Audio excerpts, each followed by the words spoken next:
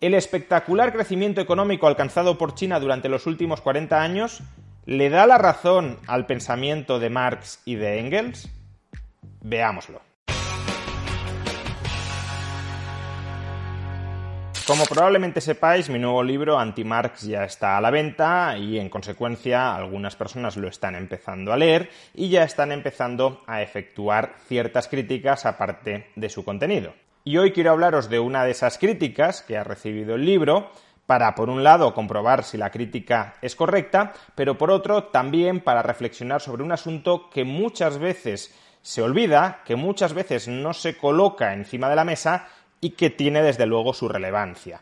Y me estoy refiriendo al crecimiento comparativo de China durante los últimos 43 años. En el capítulo 7 del segundo tomo, el segundo tomo es aquel que dedico a criticar las ideas de Marx, analizo, entre muchos otros temas, si es verdad que tal y como Marx y Engels habían presupuesto reiteradamente a lo largo de sus vidas, el crecimiento económico del capitalismo ya había llegado a su fin, si la capacidad del capitalismo para desarrollar las fuerzas productivas, para incrementar la productividad del trabajo ya se había agotado y si, por tanto, ya se daban lo que ellos denominaban condiciones objetivas para hacer la revolución, es decir, para reemplazar el modo de producción capitalista por el modo de producción socialista, siendo el modo de producción socialista aquel que continuaría desarrollando las fuerzas productivas toda vez que el capitalismo se había mostrado impotente para continuar haciéndolo.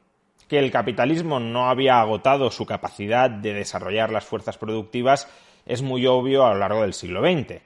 Los países capitalistas a lo largo del siglo XX se desarrollaron de manera impresionante a tasas muy superiores a las del siglo XIX y, por tanto, no cabía decir en el siglo XIX que el capitalismo ya no diera para más y que debíamos adoptar el socialismo para crecer más. De hecho, aquellos países que adoptaron el modelo socialista a lo largo del siglo XX crecieron menos que aquellos otros países que adoptaron el modelo capitalista.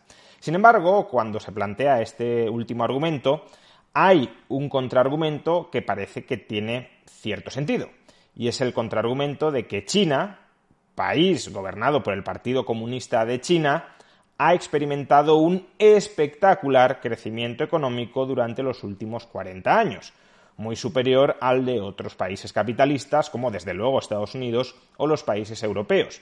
Y claro, si China, país comunista, consigue un crecimiento económico tan espectacular, entonces tal vez Marx sí tuviera razón al decir que el capitalismo ya había agotado su potencial de desarrollo de las fuerzas productivas, en el sentido de que ya no era el sistema económico más eficiente para seguir incrementando la productividad, que si adoptáramos el modelo socialista, por ejemplo, el de China, ahora mismo estaríamos logrando tasas de crecimiento, tasas de aumento de la productividad del trabajo muy superiores a las que estamos consiguiendo con un capitalismo muy intervenido por los estados, muy encorsetado por los estados, pero en todo caso un sistema capitalista basado en la propiedad privada de los medios de producción. Sin embargo, este último contraargumento resulta bastante cuestionable.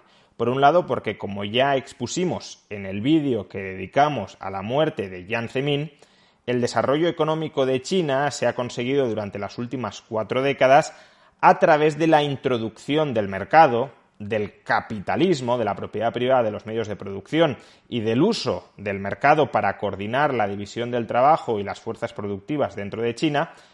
Ese crecimiento económico tan espectacular, como digo, se ha conseguido a través del mercado, no a través de la planificación centralizada. Es verdad que podemos decir que ha sido una elección política la utilización del mercado, pero es una utilización política del modo de producción capitalista.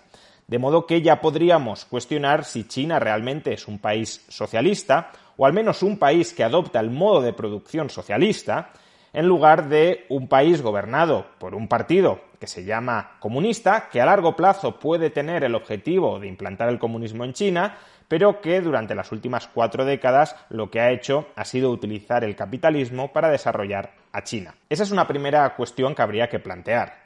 La segunda, que es la que también planteo en el libro y la que ha sido objeto de crítica, es que, si bien el crecimiento económico de China en los últimos 40 años ha sido espectacular, y no quiero que haya ningún atisbo de dudas en esto, Pero tampoco ha sido un crecimiento absolutamente inédito en otros países capitalistas del propio entorno de China. En este gráfico, que podréis encontrar en el propio libro, lo que hago es comparar el crecimiento económico acumulado durante 40 años de diversos países, en concreto China, Japón, Corea del Sur y Taiwán.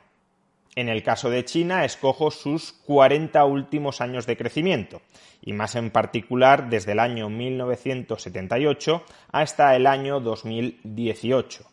El año 1978 lo escojo porque es el año en el que comienzan las reformas aperturistas en China y cuando China verdaderamente empieza a crecer. Son las reformas de Deng Xiaoping.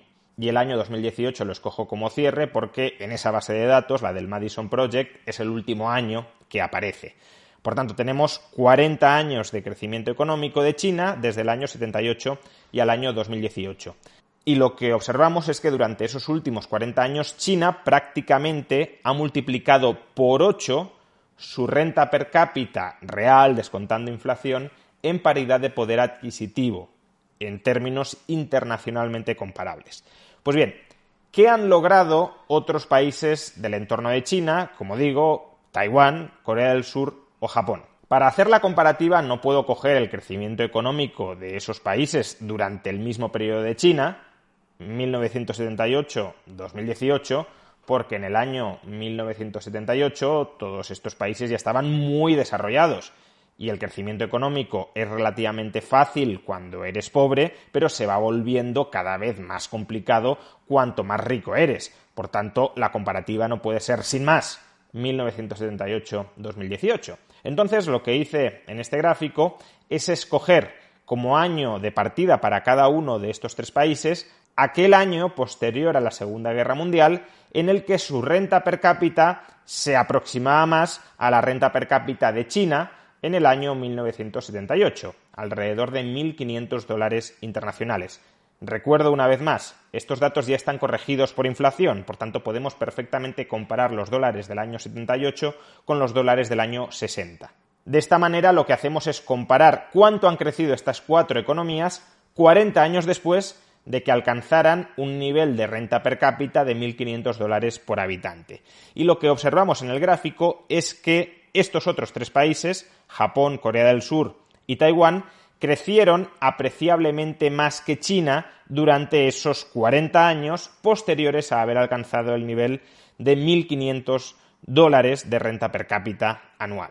En particular, la renta per cápita de Japón se multiplicó por 9, la renta per cápita de Taiwán por 11 y la renta per cápita de Corea del Sur prácticamente por 15. Y recuerdo que la de China ni siquiera ha llegado a multiplicarse por 8. Es verdad que aún así la comparativa es matizable, porque China en el año 78 tenía 1.000 millones de habitantes, cuando los otros tres países tenían alrededor, entre todos ellos, de 150 millones de habitantes, y puede ser más sencillo generar crecimiento en un entorno de 150 millones de habitantes que en uno de 1.000 millones de habitantes. No obstante, tampoco está tan claro que eso sea así. Cuando un país es muy grande y tiene muchos habitantes, puede explotar más fácilmente sus recursos internos y muy en particular el progreso técnico interno. Si algún chino es capaz de mejorar la tecnología, esa tecnología está disponible en China y se puede extender rápidamente a un entorno de 1.000 millones de personas, lo cual permite incrementar mucho la productividad de todos esos ciudadanos. En cambio, si un país es pequeñito, primero, es más difícil que en un país de, 1 millón de personas o 10 millones de personas haya innovaciones al nivel de un país de 1.000 millones de personas. Hay muchas menos mentes pensando en un país de 10 millones de personas que en uno de 1.000 millones, y si hay menos innovaciones, se extenderán menos esas innovaciones dentro de ese grupo. Por cierto, los rendimientos crecientes a escala de las ideas, de la tecnología, es la contribución central que le valió el Nobel a Paul Romer. Quiero decir que no es un argumento menor a tener en cuenta. A su vez, en el año 78, que es el año de partida de China, ya había mucho conocimiento tecnológico acumulado, que China pudo incorporar rápidamente para crecer mucho. En cambio, Corea del Sur o Taiwán, por ejemplo, alcanzaron los $1.500 por habitante en los años 60, con lo cual en ese momento había menos tecnología acumulada que cuando empezamos a contabilizar el crecimiento económico chino. En cualquier caso, es verdad que la comparativa no es perfecta, que es matizable, pero en todo caso el resultado sí es sólido.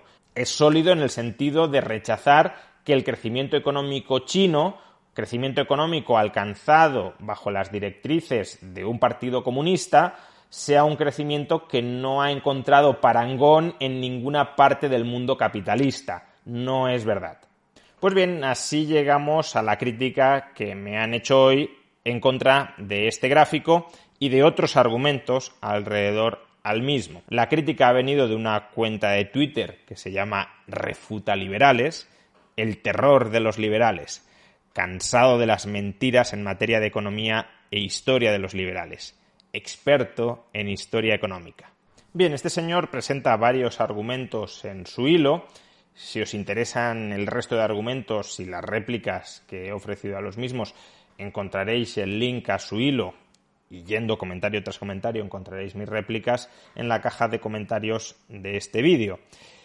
Pero me voy a centrar en una de las críticas que hace porque es la que visualmente resulta más ilustrativa de que habla sin tener demasiado conocimiento sobre aquello de lo que está hablando. Y me refiero a la primera de sus críticas. Dice: pasemos al tema de la historia económica, que es lo que más me interesa como experto en ella. Primero, Rayo intenta vender que el crecimiento de China no es tan espectacular, haciendo cherry picking con los años. Si se cogen otros años, el crecimiento de China es mayor. Y en este tuit adjunta el gráfico que ya os he presentado y luego otro gráfico en el que se observa una conclusión bastante distinta a la que os he presentado con anterioridad. Y es que si en lugar de escoger como año de partida China 1978, escogemos China 1976 y como año de partida de Japón no el año 46, sino el año 50, y como año de partida de Taiwán no 1953, sino 1959, y como año de partida de Corea del Sur no 1963, sino 1964, es decir, variaciones relativamente pequeñas en los años de partida, supuestamente la imagen que se presentaría es esta tan radicalmente distinta, donde vemos que la línea negra, China, crece mucho más rápido que cualquier otro de los países con la que se la compara. Aunque este otro gráfico fuera correcto, una primera cuestión que deberíamos plantearnos es ¿por qué escoges esos otros años de partida y no los que he escogido yo? Mi criterio para escoger los que he señalado es bastante transparente y creo que sensato. Tomemos como año de partida para comparar el crecimiento económico acumulado aquel año en el que todos los países tuviesen la misma renta per cápita o aproximadamente la misma renta per cápita. En caso contrario, las comparativas se distorsionan mucho. Por ejemplo, Japón en el año 1950 tenía una renta per cápita que duplicaba la de China en el año 1976. Es mucho más fácil crecer y acumular altas tasas de variación desde una renta per cápita baja que desde una renta per cápita alta. O lo mismo con Singapur. Singapur en el año 1964 tenía una renta per cápita de $3.800 internacionales. China en el año 76 de 1.500, por tanto era más del doble de renta per cápita. De modo que, insisto, una primera cuestión que habría que plantearse es ¿por qué esos años y no otros? No obstante, es verdad que si los resultados fueran tan sensibles a pequeños cambios en los años que se escogen para efectuar la comparativa, pues quizá esa comparativa no fuera del todo relevante. Si variando un par de años por un lado y variando un par de años por el otro, el ranking, la jerarquía de países que más crecen, se trastocara tantísimo, de estar China en último lugar a estar China destacadísima en primer lugar, pues ya digo, quizá la comparativa no sería tan relevante como podría parecerlo en un comienzo. Sin embargo, incluso si tomamos los años de partida que él mismo nos propone, el gráfico que él nos presenta no es correcto, probablemente porque haya utilizado otra base de datos distinta. La que estoy empleando yo es la base de datos del Madison Project, que es internacionalmente reconocida como la base de datos de referencia para este tipo de comparativas de evolución de la renta per cápita entre países. Pues bien, lo que he hecho a continuación es redibujar el gráfico que adjunto en mi libro, pero no tomando como año de partida los años que creo que con un criterio razonable adopto yo, sino los años que adopta este refutador de liberales. Y lo que nos encontramos si hacemos esto es el siguiente gráfico. Y en este gráfico, como podemos observar, el crecimiento económico de la renta per cápita acumulado de China desde el año 76 al año 2018 sigue siendo inferior al crecimiento económico acumulado de la renta per cápita de Japón, Taiwán, Singapur o Corea del Sur, y en ocasiones bastante inferior. En el caso de Japón, desde el año 50 al año 92, cogemos esos 43 años, la renta per cápita de Japón se multiplica por 10. En el caso de China, en cambio, desde el año 76 al año 2018, se multiplica por menos de 9. Lo mismo ocurre con Singapur o con Taiwán. Singapur entre el año 1964 y 2006 multiplica su renta per cápita por más de 12 y Taiwán entre el año 1959 y el año 2001 la multiplica también por 12. Y de manera muy destacada, Corea del Sur, que multiplica su renta per cápita por más de 15 entre el año 64 y el año 2006. Es decir, durante esos 43 años la multiplica prácticamente el doble de lo que lo ha hecho China durante ese mismo periodo de 43 años.